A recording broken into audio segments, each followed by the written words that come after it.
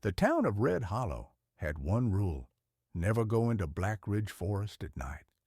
Everyone knew why. A man lived there, a shadowy figure with a sordid past. His name was Lester Grady, a convicted murderer and a gambler who lost more than just money. He lost his mind.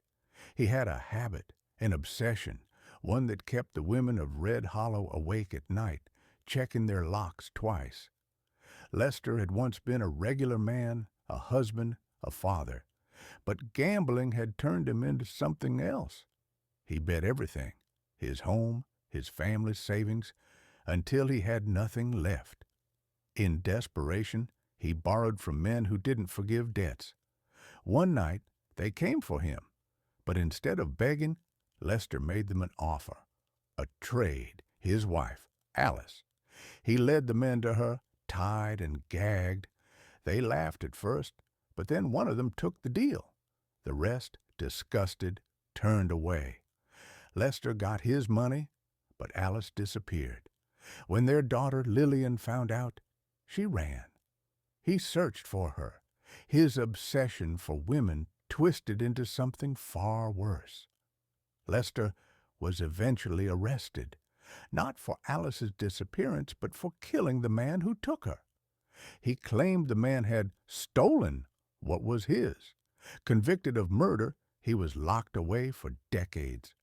But he escaped, vanishing into Black Ridge Forest. That's when the story started. The first body was found 3 months later. A woman, Madison Harper, had been missing for weeks. Hunters found her nailed to a tree, her arms stretched wide, her body flayed open like an animal gutted for its meat. Her eyes had been removed, the sockets stuffed with dried leaves. The sheriff said she had been alive when it happened. Her wrists showed deep grooves where she had struggled against the nails, her fingers broken from clawing at the wood. The town fell silent. People locked their doors early. No one dared speak Lester's name. But he wasn't done. A month after Madison's funeral, another girl disappeared, Emma Caldwell, a school teacher. Her body was found inside an abandoned farmhouse just outside the forest. The scene was worse than before. She had been stripped and strung up by her tendons, her body dangling from the rafters like a marionette.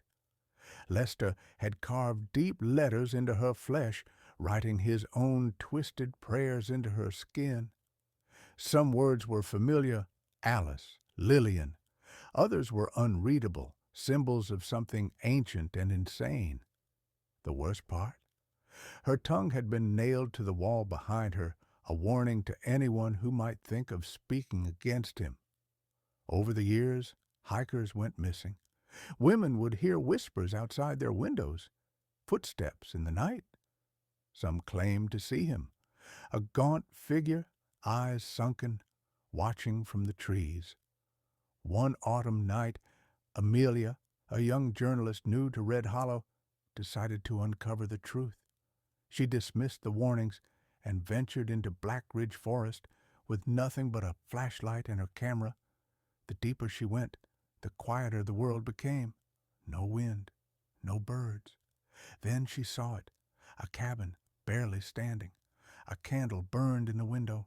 She moved closer, careful. The door was cracked open. Inside she found something horrifying.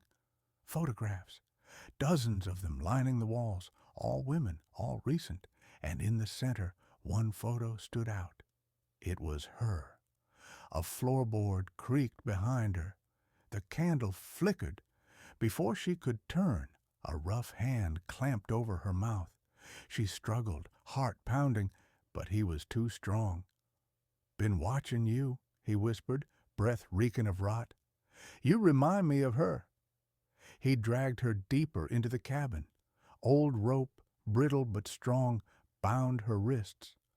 "You're mine now," he muttered, "just like Alice was, like Lillian should have been." She realized then his obsession wasn't just with women. It was with family. He wasn't just kidnapping her. He was replacing what he lost. As he leaned in, Amelia did the only thing she could. She bit down hard. He howled, stumbling back. She lunged for the candle, knocking it over. Flames spread fast, licking at the dry wood. But then she saw it. A second figure in the shadows. A woman, gaunt, hollow-eyed, but alive. Alice. "You shouldn't have come," she whispered. Before Amelia could react, Alice grabbed a knife from the table and plunged it into Lester's back. He let out a strangled gasp, eyes wide, before crumpling to the floor. The fire raged. Amelia and Alice barely made it out. Coughing, Amelia turned to thank her, but Alice was gone. The next day, the town searched the ruins. No body was found, no trace of Lester. But that night, Amelia received an envelope under her door. Inside was a single, fresh photograph.